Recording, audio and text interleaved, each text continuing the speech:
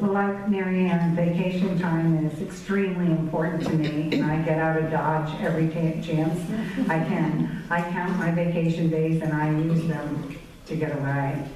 Unlike Mary Ann, I pretty much try to keep office hours. I'm usually 7:30 or 8 o'clock until 4:30, 5 o'clock, 5 days a week. Although our operation at work is 24/6. I get phone calls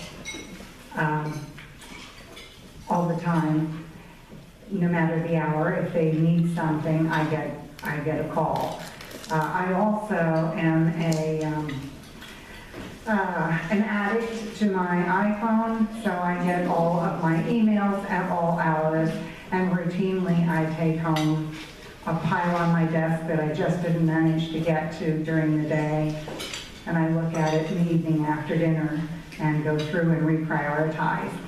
So I like to say I work 40 hours because I keep business hours, but I tidy up a few things in the evening, several evenings a week. And again, once you have a company telephone, as many of you know, you are accessible 24 hours a day and weekends.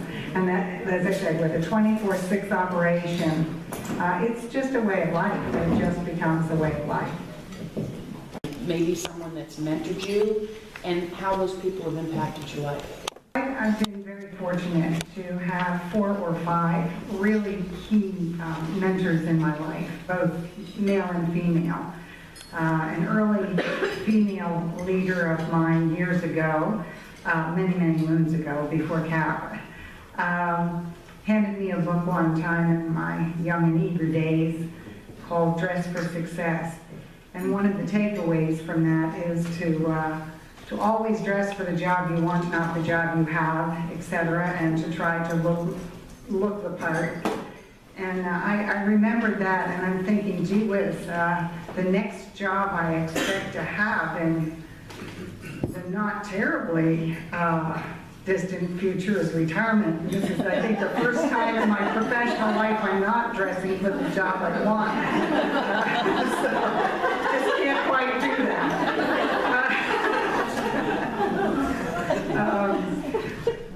On a professional note, so many key things about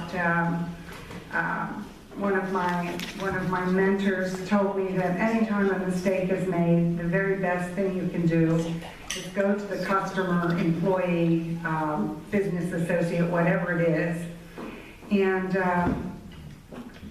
tell them about it. Tell them about the mistake, own up to it, even if it wasn't completely your fault, but to get there as quickly as possible and to tell them about the mistake. Said people are judged not on the mistakes they make, but on the way they handle them.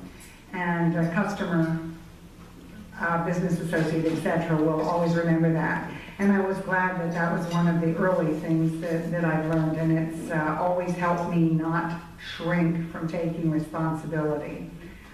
So that was a key issue. I think this type of a setting here and being involved with people who are as accomplished as all of you, and listening and being surrounded by positive people that are change makers is a wonderful thing. I try to do that. I'm lucky enough to be involved in the Free Paper Association, and we also have a lot of forward-thinking people, always looking for what's new. Again, Charlie Tremendous Jones said, "You are who you are based on the people you meet and the books you read." And I think trying to focus on what's next and what's important is a very, very good thing. Level of energy that's constructive for whatever you set your goals to be.